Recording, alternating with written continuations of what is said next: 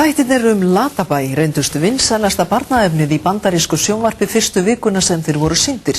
10 milljónir bandaríkjamanna sáu þættina. Kristján Már Unnarsson.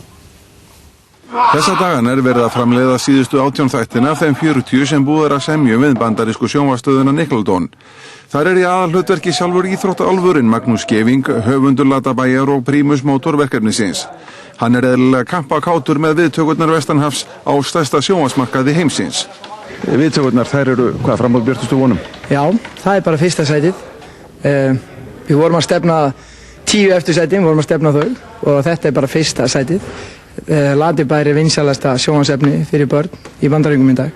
Það ber ekki mikið á þessari verksmiðjubyggingu í iðnaðarhverfinu hér í Garðabæ, en hér innan þeirra að verða eitthvað mesta ævintýri í sögu íslensku kvikmynda og sjónvarpsiðnaðar. Hvert þetta getur leitt erfitt að spá. Verkefni hefur þegar skilað mörg 100 milljónum króna inn í íslenskt efnahagslíf og líklegt að gjaldeyrisframleiðslan verði talin í milljörðum króna áður en langt líður.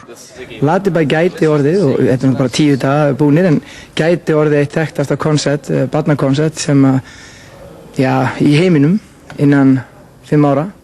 Þannig að þetta getur verið túrismi, þetta getur þýtt framleiðslu á vörum.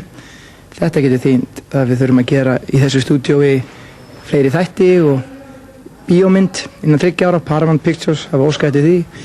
Þannig að ég veit ekki, kannski getur þetta bara verið næstu 20-30 árin sem svona atvinnugrein sem áttur að blómstra hér. Lína Langsokkur er sennilega þekktasta barnafígúra Norðurlanda. Íþróttaálfurinn gæti jafnvel náð slíkum hæðum. Verður þú eins konar Lína Langsokkur Íslands?